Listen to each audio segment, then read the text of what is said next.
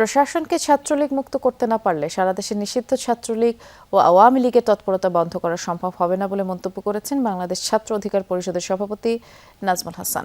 বিকেলে ঢাকা বিশ্ববিদ্যালয়ের মধুর ক্যান্টিনের সামনে নিষিদ্ধ ছাত্রলীগের তৎপরতা বন্ধ, সীমান্তে অবৈধ পুশিন এবং সমসাময়িক বিষয়ে সংবাদ সম্মেলন করেন তিনি। বলেন, এ সময় যে প্রশাসনের ভিতরে লুকিয়ে থাকা ছাত্রলীগ ও যুবলীগ কর্মীদের চিহ্নিত করে তাদের চাকরুচ্যুত করার জন্য সরকারের প্রতি আহ্বান জানান। এছাড়া দেশের আইনশৃঙ্খলা পরিস্থিতির অবনতির দায় স্বরাষ্ট্রমন্ত্রীকে নিতে হবে বলেও সংবাদ সম্মেলনে জানানো হয়। পাশাপাশি সীমান্তে অবৈধ পুশিন বন্ধ করতে সরকারের প্রতি তারা আহ্বান জানান। দৃশ্যমান কোনো অগ্রগতি না হলে ভারতীয় হাইকমিশন ঘেরাও সহ সীমান্তে লং মার্চ করার হুঁশিয়ারিও দেন তারা।